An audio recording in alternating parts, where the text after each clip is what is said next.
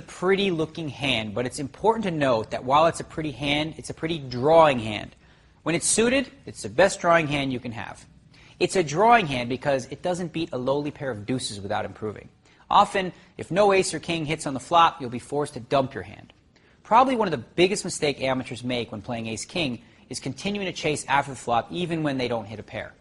There are times when it would be correct to do so, but more often than not, if you don't catch a piece of the flop, you shouldn't invest another penny. When deciding when to continue with an unimproved ace-king, there are several factors to consider. First, consider the number of opponents.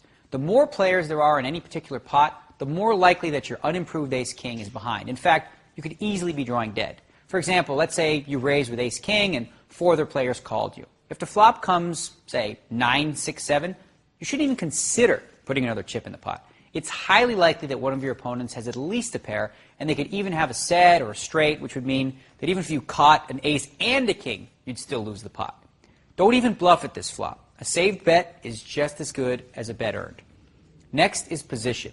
If you don't hit the flop with ace-king and your opponent has position on you, I'm afraid you're just going to have to respect the power of position and proceed like a little girl, if you will. If your opponent bets at you, while he might be bluffing, you just don't have a strong enough hand to justify calling him.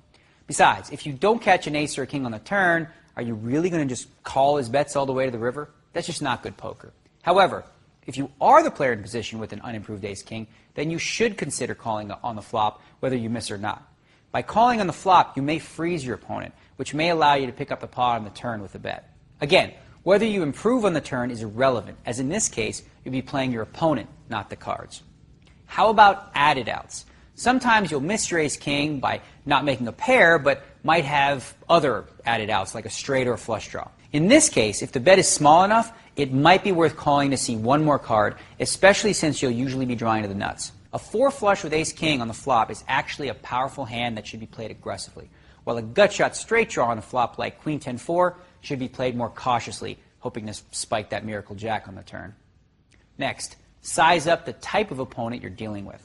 Understanding your opponents, as in the case with all things poker, will help you make a better guess as to when to continue. For example, if your opponent is just a mad bluffer, you may be more inclined to look him up. Or if you know your opponent is a tight player who plays high cards and the flop comes queen 9-8, you shouldn't even think about calling a bet. Finally, look at the board texture. Once you're able to put your opponent on a range of hands, you should also be able to have a better feel for what flops will miss them, which are also good flops for your ace-king. For example, say you raise before the flop, a tightish player calls you. If the flop comes deuce-deuce-4, you can rest assured that your opponent doesn't have any piece of that board.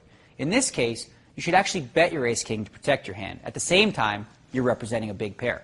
If your opponent doesn't have a pair, or even if he has a small pair, he might even fold right on the flop.